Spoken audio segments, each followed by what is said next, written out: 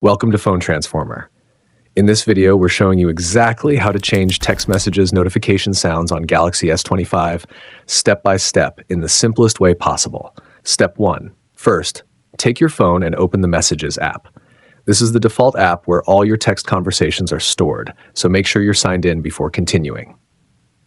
Step 2. Now, look toward the top of the screen for your profile icon. Tap on it to bring up the menu where you'll find more settings related to your messaging experience.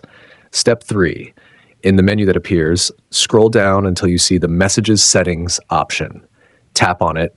This is where you can control things like chat features, notifications, and more. Step 4. Next, look for the Notifications option within the settings.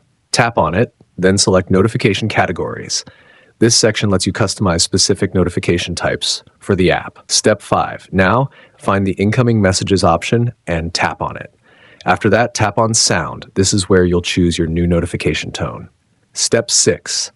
Once you're in the Sound menu, you'll see a list of available notification sounds. Scroll through the list, listen to a few if you'd like, then tap on the one you prefer to set it. That's it. Your new notification sound is now active. Thanks for watching, and please subscribe to the channel.